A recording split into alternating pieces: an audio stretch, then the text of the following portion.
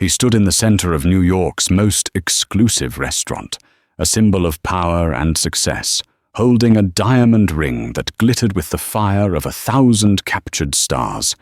He was about to place it on the finger of his mistress, a public declaration of his new life, his new love. The crowd was captivated, their phones recording the audacious spectacle. But what he didn't know, what no one in that room knew, was that the woman who had just walked in, the wife he had so casually discarded, wasn't just there to witness her humiliation. She was there to collect her property, because she didn't just own the ring, she owned the entire multi-billion-dollar brand that created it. This isn't just a story of infidelity. It's the story of a queen taking back her kingdom, one carat at a time. The low hum of contented wealth filled the cavernous space of La Lanterne d'Or. Crystal glasses chimed with the sound of celebratory toasts, and the murmur of discreet conversation wove itself into the soft melodies drifting from a grand piano tucked away in a velvet-draped alcove. This was Jonathan Davenport's natural habitat. He thrived in these environments, places where a man's worth could be measured by the cut of his suit, the vintage of his wine, and the beauty of the woman on his arm. Tonight, he was a king surveying his court, and the woman on his arm was Penelope Vance. Penelope was a masterpiece of modern ambition. Her blonde hair was styled into an impossibly sleek cascade that fell over the bare skin of her back, exposed by a shimmering emerald gown that clung to her every curve. She was 28, 2 decades younger than Jonathan, and she looked at him with an intoxicating blend of awe and adoration that he had long ceased to see in his wife's eyes. He sipped his Chateau Margaux, the dark liquid a perfect complement to the smug satisfaction warming his chest. "Are you nervous, darling?" Penelope whispered, her fingers tracing the lapel of his Tom Ford suit. Jonathan chuckled, a deep, confident sound. "Nervous? Penelope, I've orchestrated multi-billion-dollar mergers. This is a pleasure." He leaned in, his voice dropping to a conspiratorial murmur. "This is for us. A public statement. No more hiding in the shadows. The world needs to see who the real man of the hour is, and who his leading lady will be." Her eyes, the color of a summer sky, widened with a carefully practiced innocence. "Oh, Jonathan, you're too much." But she didn't mean it. She loved that he was too much. His extravagance was her validation. Every expensive gift, every exclusive reservation was another brick in the foundation of the life she was meticulously building for herself, a life far removed from her middle-class upbringing in Ohio. Across town, in a brightly lit studio in the meatpacking district that smelled of metal polish and focused creativity, Catherine Reyes was oblivious to the drama about to unfold. Her dark hair was pulled back into a simple, elegant knot, and a pair of artisan's goggles were pushed up onto her forehead.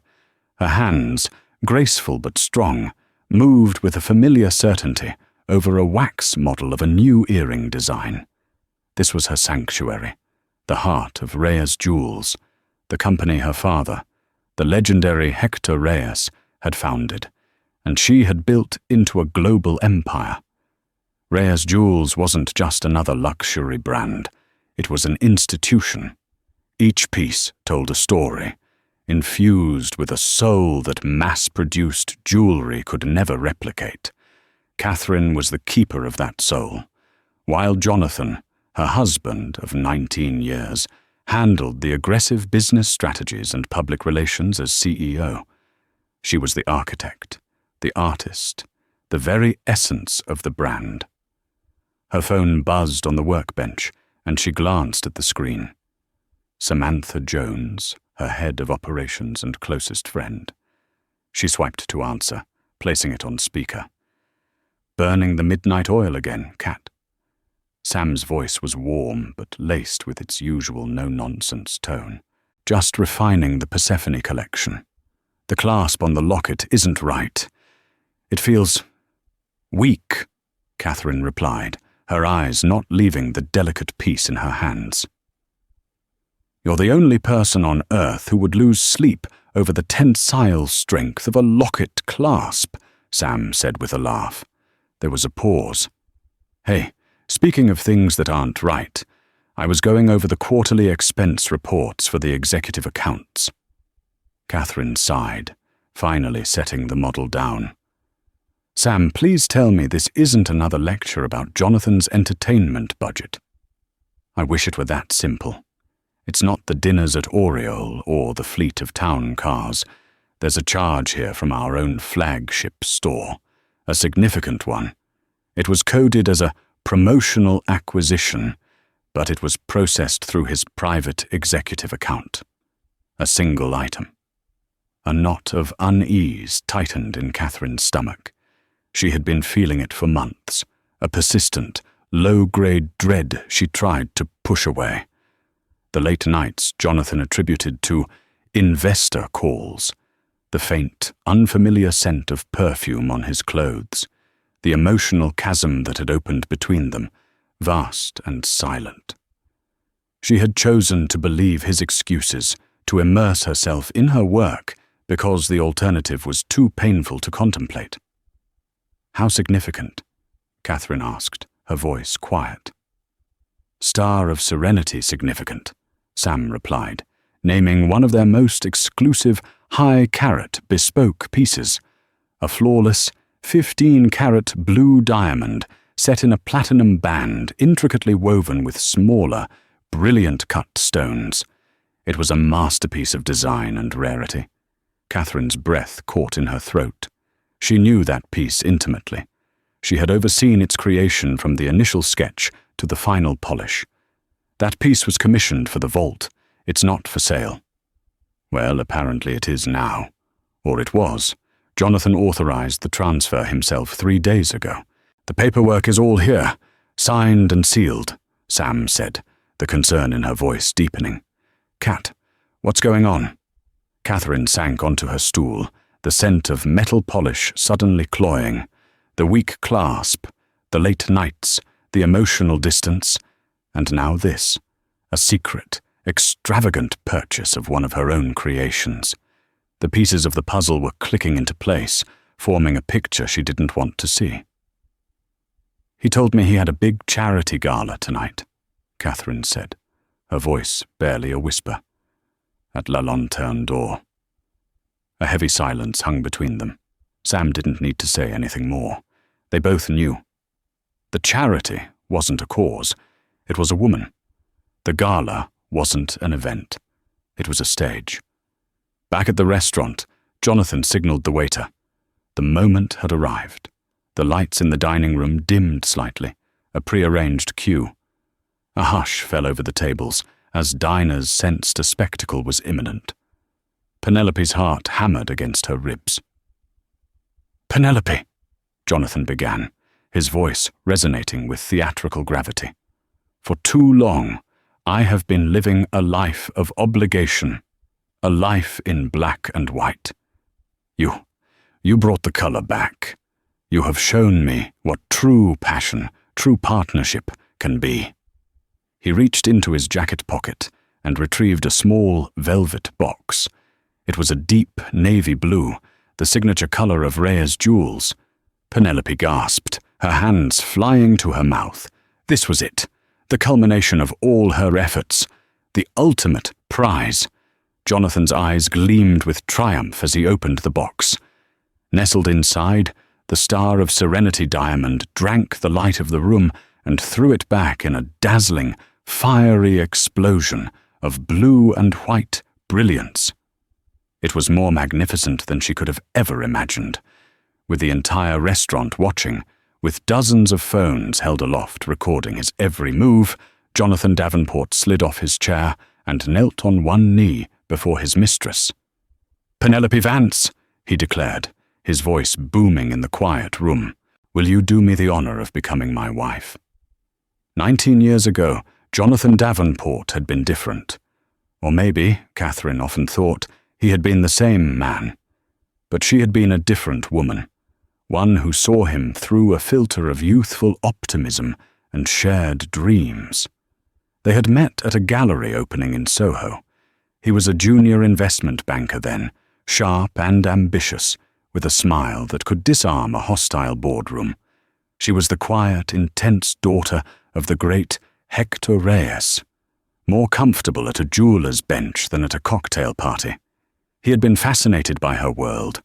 He didn't just see the sparkle of the finished gems, he saw the fire, the pressure, the meticulous art that transformed a rough stone into a thing of beauty.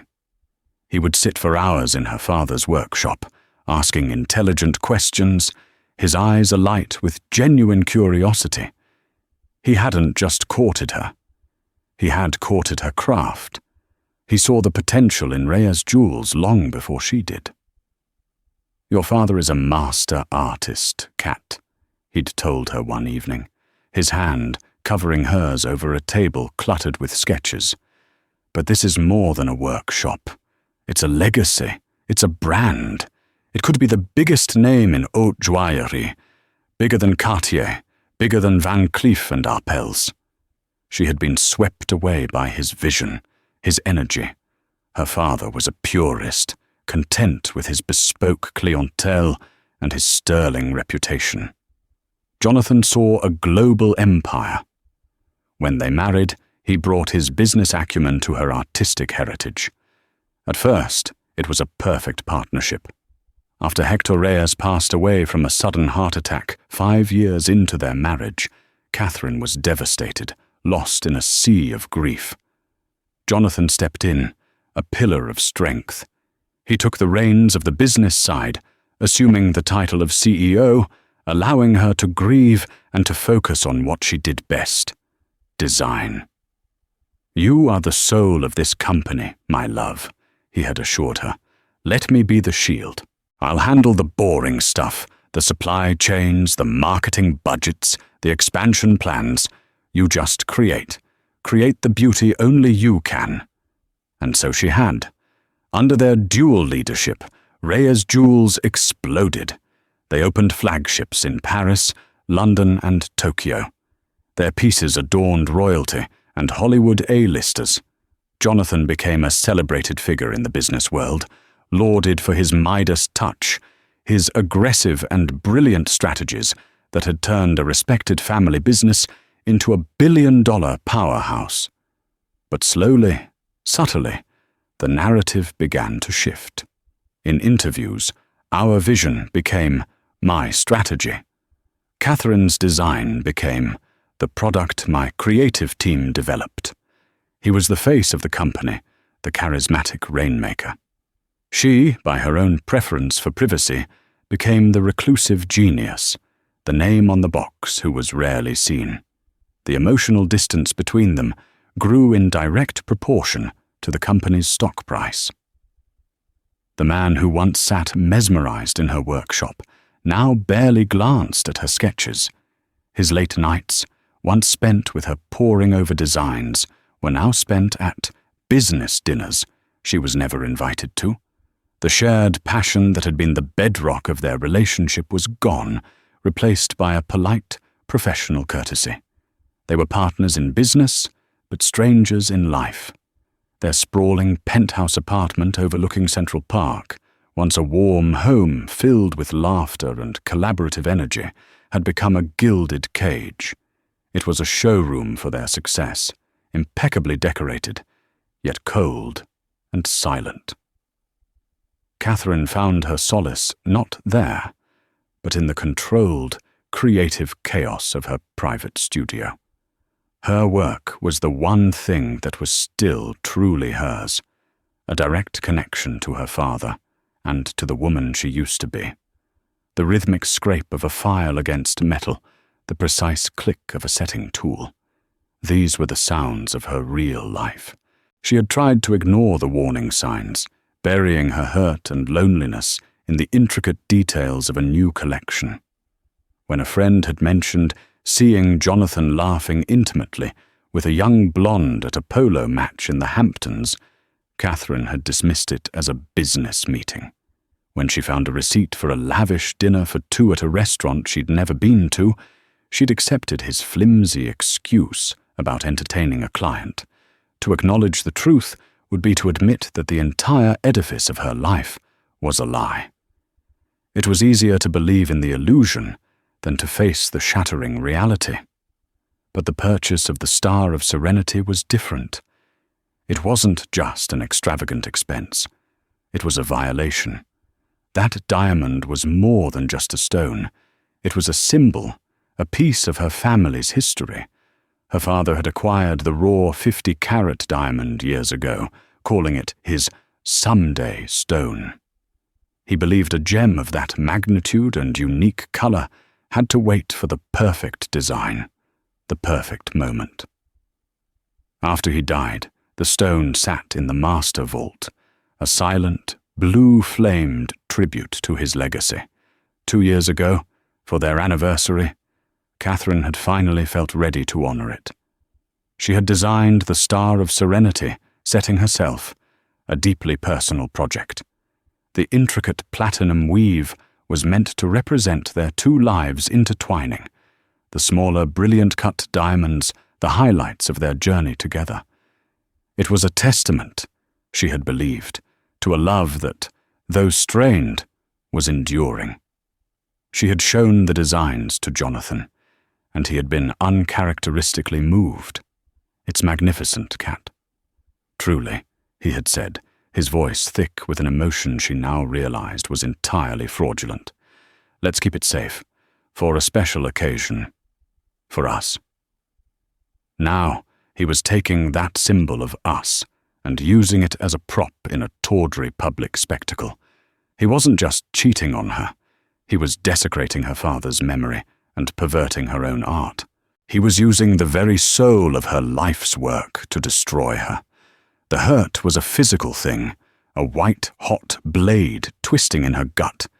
But as she sat there in the silence of her studio, the pain began to cool, solidifying into something else. It was no longer the fragile grief of a betrayed wife.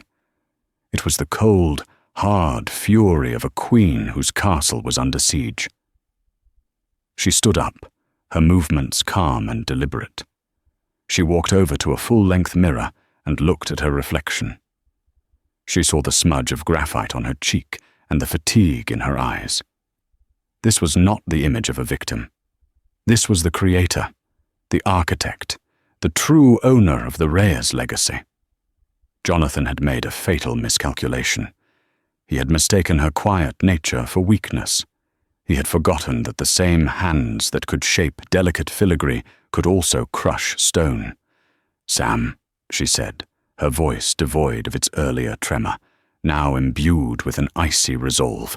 "Get the car. We're going to a gala." "What are you going to do?" Sam asked, a hint of awe in her voice. "He wants to make a public statement," Catherine replied, pulling the goggles from her hair and letting it fall around her shoulders. "I'm going to give him one." La Lanterne d'Or was not merely a restaurant, it was a theatre, and its proprietor, Pierre, was a master of stagecraft. The lighting was an intimate, honeyed gold. The tables were spaced far enough apart for secrets to be whispered, but close enough for grand gestures to be witnessed by all. Tonight, the main performance was at Table 12, center stage. The occasion was the annual Gems of the City fundraiser, a black tie event benefiting youth arts programs, a cause Jonathan Davenport championed with loud, public donations that bought him priceless social capital. It was the perfect backdrop for his personal drama. Penelope felt like she was floating. The champagne, the admiring glances from other tables, the weight of Jonathan's hand on the small of her back. It was all intoxicating. She saw her reflection in the polished surface of a silver wine chiller and smiled. This was the woman she was meant to be. Confident, desired, dripping in luxury. The woman who had won. She knew Jonathan was married. He had painted a bleak picture of a cold, passionless relationship with a woman who was, in his words, married to her work. He had described Catherine as a recluse, a fragile artist who had retreated from the world after her father's death, leaving him to run their empire alone. Penelope felt a flicker of pity for the poor woman, but it was quickly extinguished by her own soaring ambition. Jonathan tapped his glass with a fork, and the gentle chime silenced the room. He rose, a broad, confident smile on his face. The diners, a mix of New York's financial elite and old-money philanthropists, turned their attention to him. He was a popular figure, known for his charm and his company's spectacular success. "Friends, colleagues," he began, his voice smooth and commanding. "Thank you all for being here tonight to support such a worthy cause. We are here to celebrate art, to nurture the creative spark in the next generation.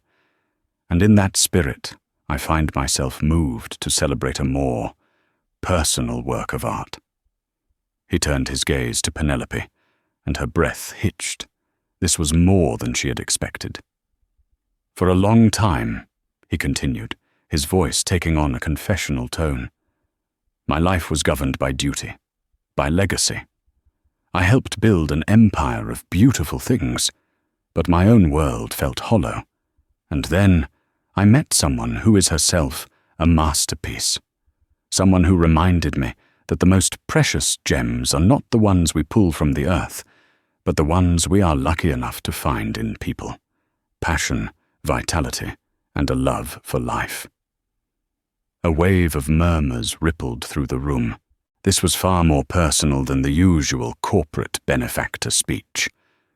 Across the room, the venerable Mr. Bartholomew, a titan of the luxury goods industry and an old friend of Catherine's father, watched with a deeply furrowed brow, his expression unreadable. Jonathan's hand dipped into his pocket. "And so tonight, as we celebrate new beginnings for the young artists of our city, I want to mark a new beginning for myself." He produced the navy velvet box. A collective gasp went through the room. Penelope felt a dizzying rush of triumph. He was doing it here, in front of everyone. It was a power move, a definitive severing of his past, and a bold claiming of his future with her. He opened the box. The star of serenity ignited under the soft lights. Its blue fire was hypnotic, otherworldly. It was the most beautiful thing Penelope had ever seen. The sheer size and brilliance of it sent another shockwave through the audience. This was not just a ring. It was a statement of unimaginable wealth and intent. This was a queen's ransom. With practiced grace, Jonathan lowered himself to one knee. The flashes of camera phones, previously discreet, now became a strobe-lit frenzy. The moment was being captured, broadcast, immortalized. "Penelope Vance," he proclaimed, his voice ringing with the sincerity of a seasoned performer. "You have shown me what it means to truly live. Will you make me the happiest man in the world? Will you be my wife?" Tears welled in Penelope's eyes, tears of genuine, overwhelming joy.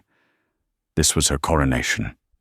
She opened her mouth to say the single word that would seal her destiny, the word she had been dreaming of for months. "Yes," she began to breathe out, a soft, eager sound. But the word was swallowed by another voice. A voice that was not loud, but carried with such clarity and authority that it sliced through the captivated silence of the room like a shard of diamond. "That's a beautiful piece, Jonathan. I'm glad you appreciate my work." Every head in the restaurant turned towards the grand entrance. Standing there, framed by the ornate archway, was Catherine Reyes. She was not what the room expected. Jonathan's descriptions had painted a picture of a mousy, withdrawn woman, a ghost haunting a workshop. The woman who stood before them was anything but. She wore a simple, impeccably tailored black dress that fell to her ankles. It was unadorned, save for a single, breathtaking piece of jewelry, a necklace of her own design, a cascade of white diamonds and sapphires that coiled around her neck like a celestial serpent. Her dark hair was styled in a sleek chignon, and her face, though pale, was a mask of serene composure. She did not look angry or hysterical. She looked like she owned the room. In truth, she owned the very brand that was at the center of the spectacle. Behind her, a step to her left, stood Samantha Jones. In a sharp pantsuit, with a tablet clutched in one hand and an expression of grim satisfaction on her face, Sam looked less like a guest and more like an executioner's aide. Jonathan froze, still on one knee, the ring held aloft. The blood drained from his face, replaced by a mottled, purplish hue of pure shock. It was as if he was seeing an apparition. This was impossible. Catherine never came to these events. She hated the schmoozing, the flash bulbs, the superficiality of it all. She was supposed to be in her studio, safely out of sight, oblivious. Penelope stared, her mind struggling to process the scene. Who was this woman? Her poise, her elegance, the way the entire room's energy had shifted to orbit around her. It sent a prickle of fear up Penelope's spine. She glanced at Jonathan's horrified face, and a sliver of doubt, cold and sharp, pierced her triumphant haze. Catherine's eyes, a deep, intelligent brown, swept the room once, acknowledging the audience, before settling on the tableau at table 12. She began to walk forward, her heels clicking with a soft, rhythmic cadence on the marble floor. It was not the hurried, frantic pace of a woman wronged. It was the deliberate, unhurried stride of a predator approaching its cornered prey. The whispers started, low and urgent.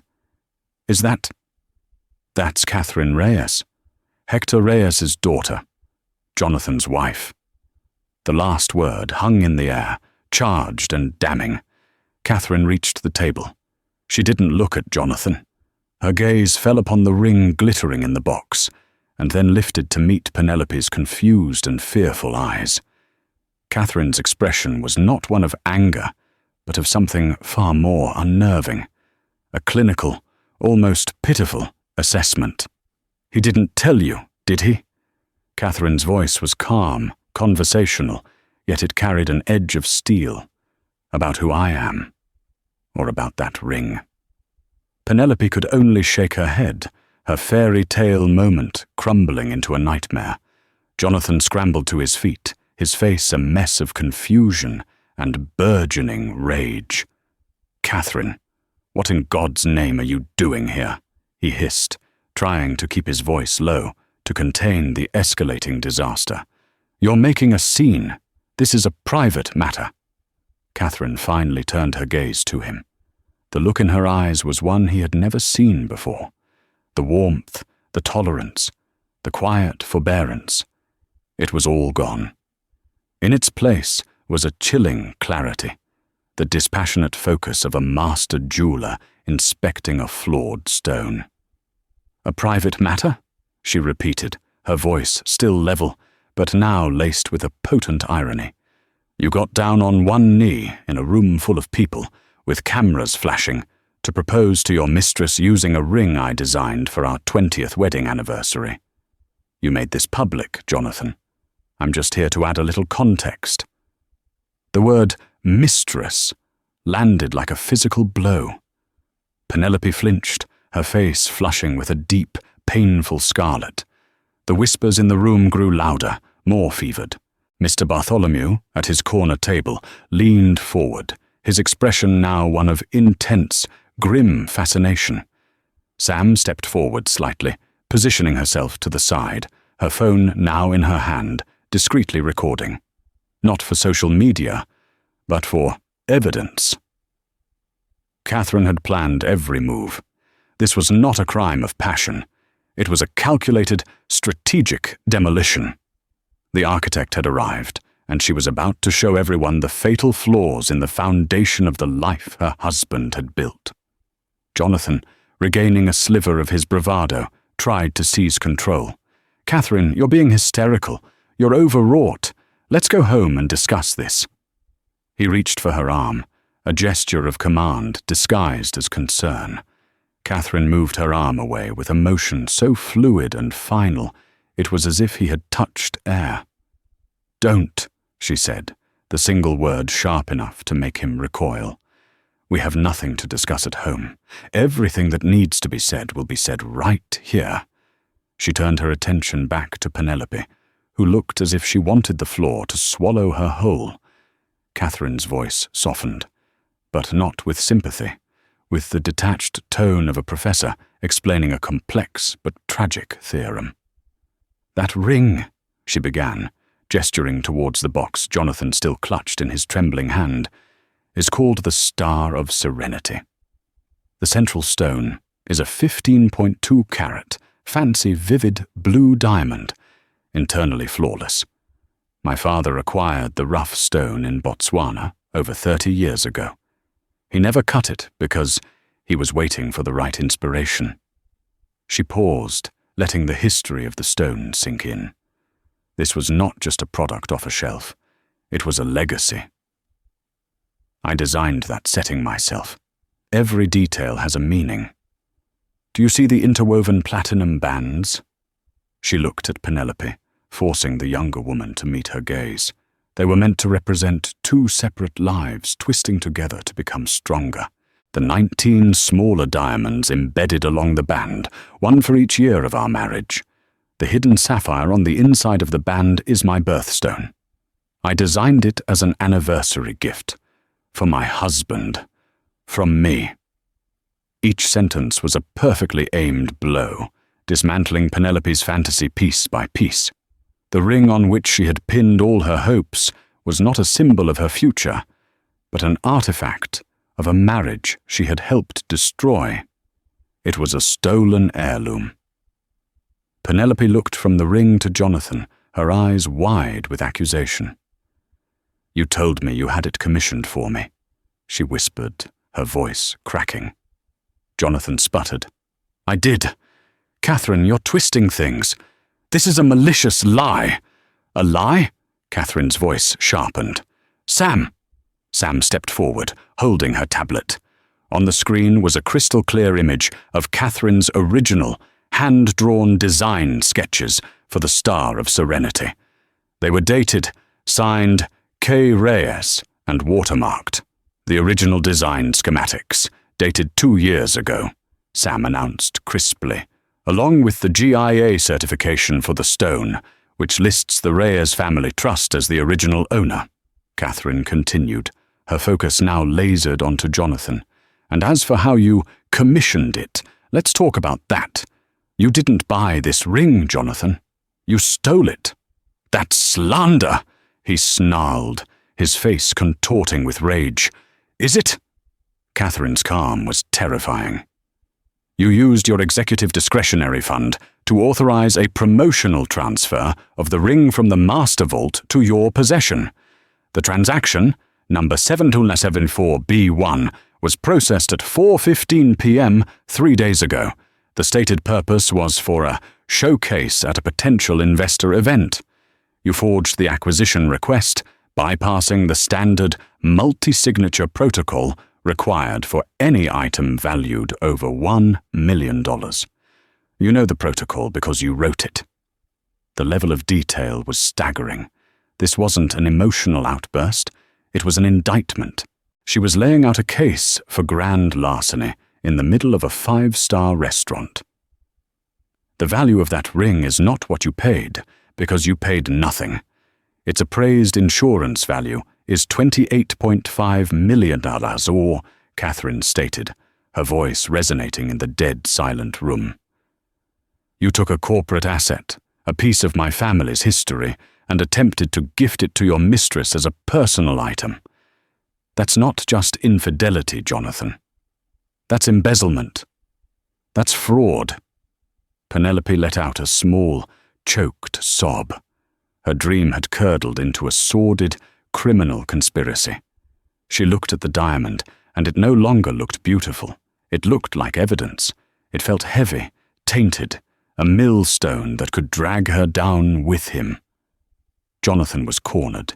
His bluster had evaporated, leaving behind the raw panic of a man whose carefully constructed world was imploding in real time. He looked around the room, at the faces of his peers, his investors, his friends. He saw no support, only shock, disgust, and the cold, unforgiving judgment of his social and financial equals. Mr. Bartholomew was slowly shaking his head, a look of profound disappointment on his aged face. "You," Jonathan stammered, pointing a shaking finger at Catherine. "You will regret this. I built this company while you were hiding in your workshop." A humorless smile touched Catherine's lips. "That is the biggest lie of all," she said, her voice dropping, becoming intensely personal. "You didn't build anything, Jonathan. You were the auctioneer. I was the artist. You sold the paintings. I bled the paint onto the canvas. You took the credit for my work, for my father's legacy. You thought I was a silent partner you could control. You thought I was just a name. But you forgot something." She took a step closer, her eyes boring into his. "My name is on the building. My name is on the box. And my name is on every single share that gives you the power you so arrogantly flaunt. You are an employee, Jonathan, and your performance review is long overdue." The finality of Catherine's words hung in the air like the silence after a lightning strike. The illusion of Jonathan Davenport, the master of the universe, the charismatic CEO, had been utterly and irrevocably shattered. He was left exposed, a common thief and an adulterer, stripped of his power and prestige in front of the very audience he had sought to impress. The room, which had been buzzing with whispers, fell into a profound, uncomfortable quiet. The only sound was the distant clatter of a dropped fork from the kitchen. No one dared to speak. They were witnesses to a complete and total annihilation, executed with the cold precision of a surgeon. Jonathan's face cycled through a series of emotions: rage, denial, fear, and finally, a pathetic, pleading desperation. "Catherine, please," he whispered, the sound pathetic in the vast silence. "Not here. We can fix this." "There is nothing to fix," Catherine stated flatly. Her gaze was unflinching. "You broke it. And I don't repair broken things, Jonathan. I melt them down and create something new." It was then that Penelope made her move. With trembling hands, she reached up to her ear, unhooking a pair of diamond earrings, a gift from Jonathan last month. She placed them quietly on the table. Then she slipped off a delicate diamond bracelet, a birthday present. It joined the earrings. Her movements were jerky, frantic. She was shedding the gilded skin he had given her, desperate to distance herself from his toxicity, from the impending wreckage. Finally, she looked at the star of serenity, still in its box in Jonathan's hand. She wouldn't even touch it. She looked at Jonathan, her face a mask of revulsion and betrayal. "You used me," she said, her voice thick with tears. "You told me she was nobody. You told me this was our future. It was. It is," Jonathan pleaded, turning to her. But his words were hollow. "No," Penelope said, shaking her head as she backed away from the table. "This is your mess. I want no part of it." With a final, mortified glance at Catherine, she turned and fled, weaving through the tables of stunned onlookers and disappearing out the front door, her emerald dress a streak of color vanishing into the night. She left her glass of champagne, her half-eaten meal, and her entire fantasy life behind on the table. Jonathan was now truly alone. He stood, a pariah at his own party, clutching the multi-million-dollar ring that had become a symbol of his ruin. He turned his fury back to Catherine. "You think you can just waltz in here and ruin me? I am the CEO of Reyes Jewels. I have contracts. I have a board." "About that," Catherine interrupted smoothly. As the majority shareholder, holding 75% of the voting stock, which I inherited directly from my father, and which our prenuptial agreement, which you called a mere formality, keeps securely in my name. I have the authority to call an emergency session of the board. In fact, I did so an hour ago, via a secure video conference. Sam held up her tablet again. This time, it showed the faces of the 4 other board members in a live video call, each looking grim and resolute. "They've all seen the preliminary evidence of your financial malfeasance, Jonathan," Catherine continued, her tone chillingly professional. "They've seen the unauthorized transfer logs. They've also been made aware of the blatant misuse of company assets for personal gain, which constitutes a severe breach of your fiduciary duty and your employment contract. As of 5 minutes ago, the board voted unanimously. Your position as CEO of Reyes Jewels is terminated, effective immediately. Your corporate accounts have been frozen. The security codes to your office have been changed. The locks on our home will be changed within the hour." 2 large, imposing men in dark suits who had entered the restaurant discreetly a few moments earlier now stepped forward. They were not restaurant security. They had the hard, professional look of a private corporate security detail. Sam had summoned them. "These gentlemen will escort you off the premises," Catherine said, her voice devoid of any emotion.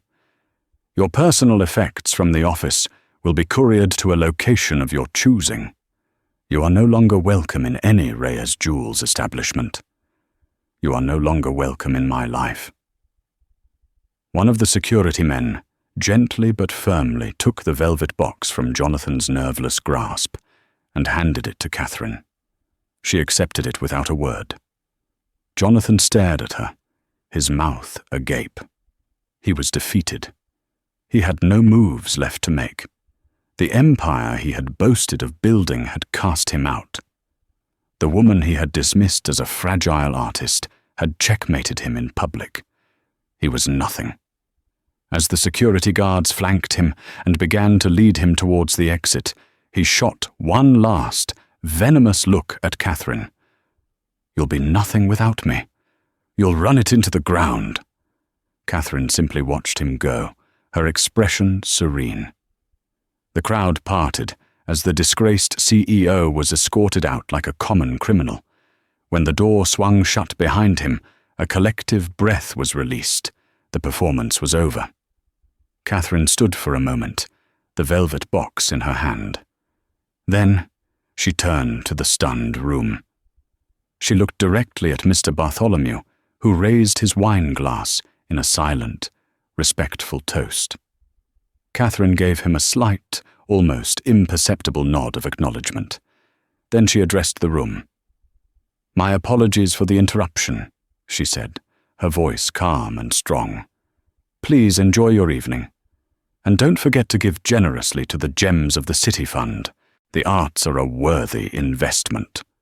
With that, she turned, and with Sam at her side, she walked out of the restaurant, leaving behind the wreckage of her old life to step into the dawn of her new one. 6 months later, the air in the Reyes Jewels flagship store on Fifth Avenue was electric. The scandal at La Lanterne d'Or had become the stuff of New York legend, a tale of corporate intrigue and personal justice that had paradoxically been the best publicity the brand could have ever hoped for. The story wasn't just about a cheating husband. It was about the quiet, brilliant woman who had reclaimed her throne. Catherine Reyes was no longer the reclusive artist behind the brand. She was its fierce, celebrated heart. The store was packed for the unveiling of her newest collection, the Phoenix. It was her first solo collection as both Chief Creative Officer and CEO, and the industry was watching with bated breath. They were not disappointed. The pieces were bold, innovative, and deeply personal. They spoke of fire, of rebirth, of strength forged in adversity. Critics raved, calling it her masterwork. Sales had skyrocketed. Catherine had not just saved her company from her husband. She had made it more successful than ever. Jonathan Davenport had faded into obscurity. Mired in lawsuits and facing federal fraud charges, he had become a social and professional pariah. His name was a cautionary tale whispered at cocktail parties. Penelope Vance had reportedly moved back to Ohio, her New York ambitions reduced to ash. In her private workshop, the one place that had always been her sanctuary, Catherine stood before her workbench. The chaos of the past few months had settled, and she was left with a profound sense of peace and purpose. Sam came in, holding 2 flutes of champagne. "To the Phoenix," Sam said, handing Catherine a glass. "We've already sold out of the centerpiece necklace. A Saudi princess bought it over the phone." Catherine smiled, a genuine, untroubled smile. "To the Phoenix," she echoed, clinking her glass against Sam's. "And to good friends who bring you champagne and help you stage corporate coups." They both laughed, a warm, easy sound. After Sam left, Catherine turned her attention to a velvet tray on her bench. On it lay the Star of Serenity. For months, she hadn't been able to look at it. It was a monument to her pain, a symbol of the deepest betrayal. She had considered selling it, breaking it down, locking it away forever. But that would be letting Jonathan win. It would mean he had succeeded in tainting it. Her father had taught her that every stone has a story. This stone's story had taken a dark turn, but she was the author, and she could write a new chapter. With the careful, practiced hands of a master, she began to work. She removed the magnificent blue diamond from its setting, the platinum band, the one meant to symbolize their intertwined lives, she placed into a crucible. She turned up the flame of her torch and watched as the metal that represented 19 years of lies softened, glowed, and melted into a formless, liquid silver pool. It was a catharsis. She spent the next few weeks redesigning. She took the 19 smaller diamonds, the ones that had marked each year of their marriage, and set them into a new piece. A magnificent brooch in the shape of a rising phoenix, its wings spread wide. It was a gift for Sam, a thank you for her unwavering loyalty. The Star of Serenity diamond itself she set into a new, singular piece. Not a ring to be given by a man, but a pendant. The design was simple, powerful, and utterly modern. The diamond was now the heart of a stylized star, its platinum points sharp and clean. It was no longer a symbol of a partnership, but a declaration of a single, brilliant entity. It was a symbol of her own light, her own resilience. It was no longer the Star of Serenity. She renamed it the Polaris, the North Star, constant, true, and a guide for one's own journey. She clasped the finished pendant around her own neck. It lay cool against her skin. She looked at her reflection in the mirror, not at a woman who had survived, but at a woman who had triumphed. The pain was a part of her story, a facet that had been cut into her, but it no longer defined her. It had simply added to her brilliance. Her legacy was not just her father's, and it was certainly not Jonathan's. It was hers, reclaimed and reforged in fire. And as the blue diamond on her chest caught the light, it sparkled with the promise of a future that was entirely and beautifully her own. A year had passed since the night at La Lanterne d'Or, a year of rebuilding, not just a company, but a life. The penthouse, once a monument to a shared and hollow success, was now entirely Catherine's. She had stripped it of Jonathan's heavy, masculine aesthetic, replacing dark woods and somber leathers with clean lines, soft textures, and an abundance of light. It was no longer a showroom, but a home, filled with art that inspired her, and silence that comforted her. One cool autumn evening, As a gentle rain whispered against the vast floor-to-ceiling windows, Catherine was reviewing the preliminary sketches for the next spring collection. The Polaris pendant, her personal emblem of victory, lay against her silk blouse, a familiar, cool weight. Her work was her joy now, unburdened by the need to please or accommodate anyone but her own creative vision. The company was stronger than ever, its narrative of authenticity and female strength resonating with a new generation of clients. The intercom buzzed, a harsh intrusion into the tranquility. She frowned, not expecting anyone. It was Wesley, the stern but protective doorman who had worked in the building for 2 decades. "Mrs. Reyes," his voice was strained, apologetic. "I am so sorry to disturb you. There is a man here, a Mr. Davenport. He is asking to see you. I told him you are not accepting visitors, but he is insistent." Catherine's blood ran cold for a single, fleeting moment. Jonathan. The name felt alien, a relic from a past life. She hadn't seen or heard from him since his unceremonious exit from the restaurant.